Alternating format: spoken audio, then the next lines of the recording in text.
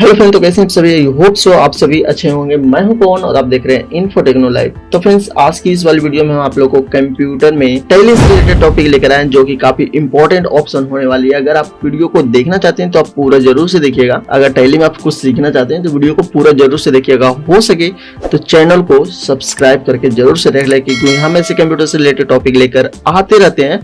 और तो और गाइस, यहाँ पे फॉक्स प्रो से रिलेटेड भी टॉपिक आपको शेयर किए जाते हैं।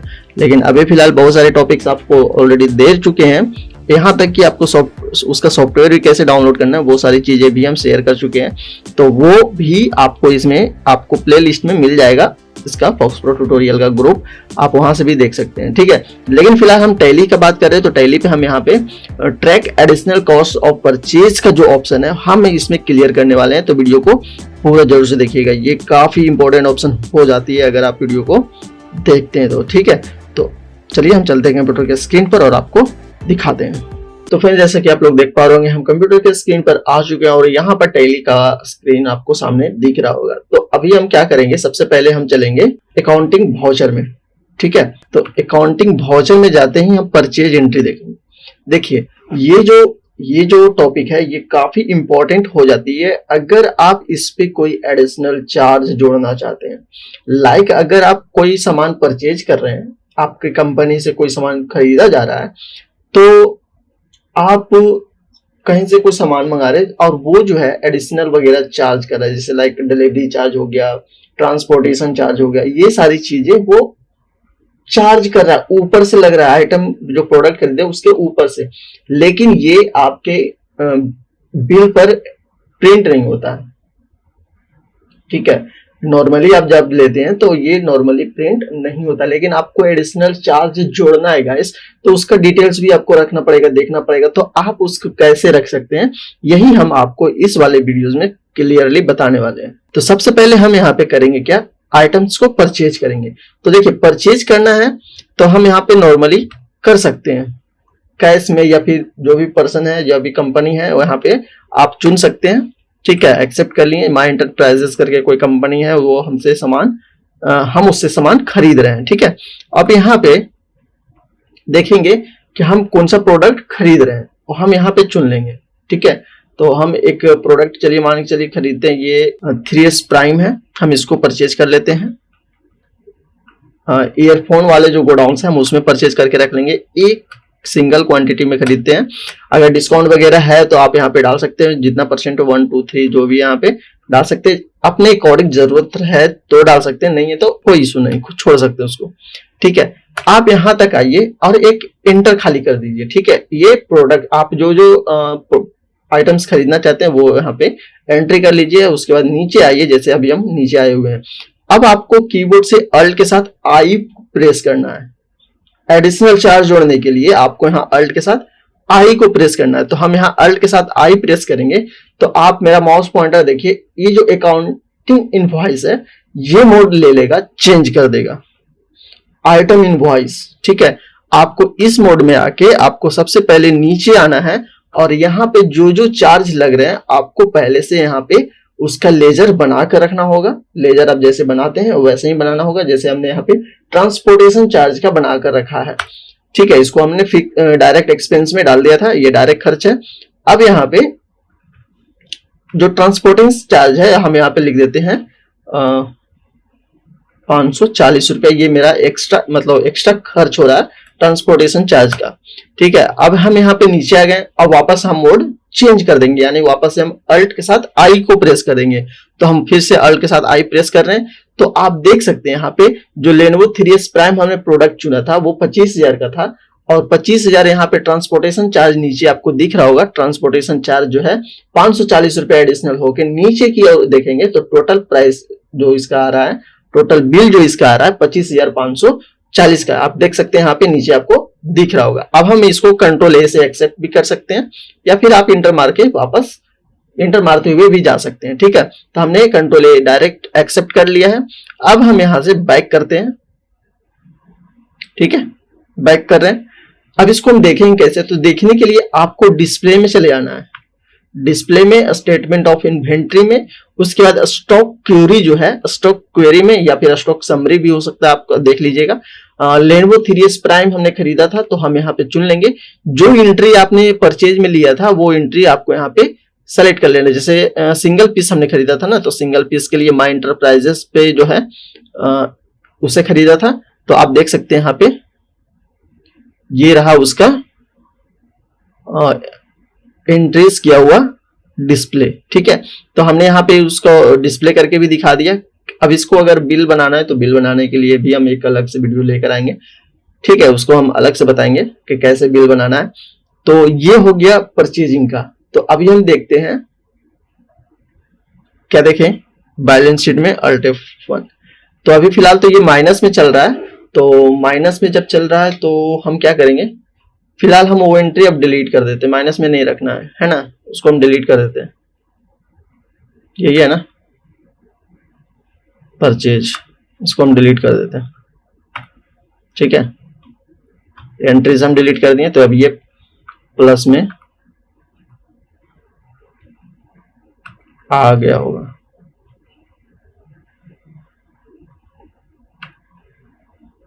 ये है, इसको हम डिलीट कर देते हैं। ठीक है, क्योंकि कैश इन हैंड अभी कम है गाइस। अब हम सेल करके भी सेम चीजें जो है सेल में भी अप्लाई कर सकते हैं। तो जब हम सेल करेंगे तो मेरा ऑफिशियली जो कैश इन हैंड है वो बढ़ेगा। तो हम अब सेल पे भी इसको अप्लाई करके आपको दिखाते हैं। दोनों एंट्री हम आज क्लियर करके दिखा देते हैं।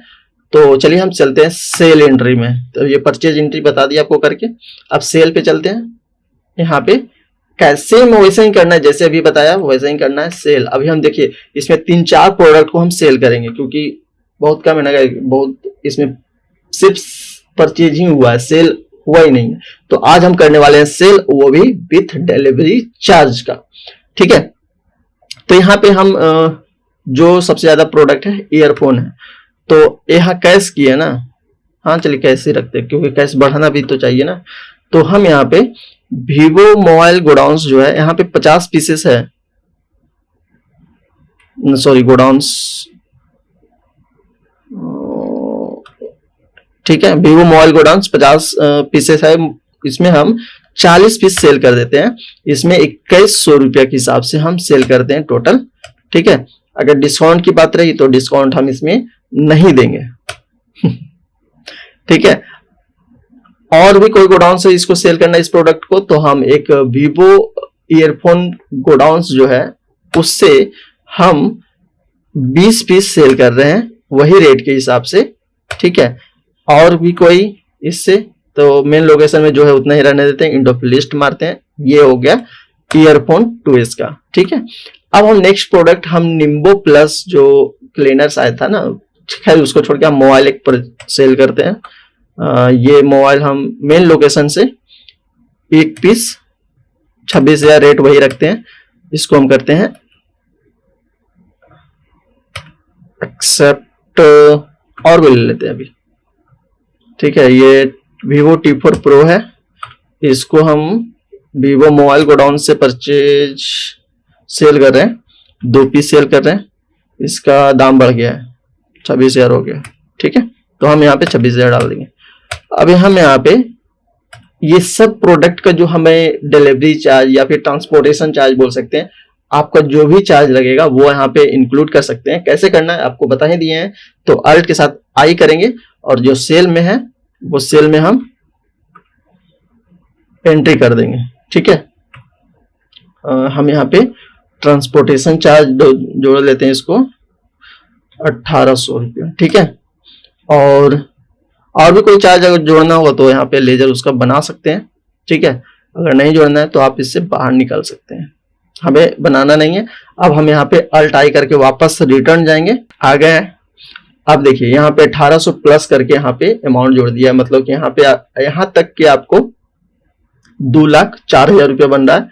1,000 रुपया जोड़ दिया है तो 5,800 रुपया, सॉरी 1,800 रुपया जोड़ दिया है तो यहाँ पे 2,05,800 रुपया आपको यहाँ पे टोटल बिल दिख रहा है। अब हम इसको करेंगे क्या, इसको करेंगे हम एक्सेप्ट, कंट्रोल ए के साथ एक्सेप्ट। तो ये हो गया एंट्री एक्सेप्ट। अब देखते हैं स्टॉक जो बैलेंस शीट में जो कैश इन हैंड है वो मेरा बढ़ा है या नहीं।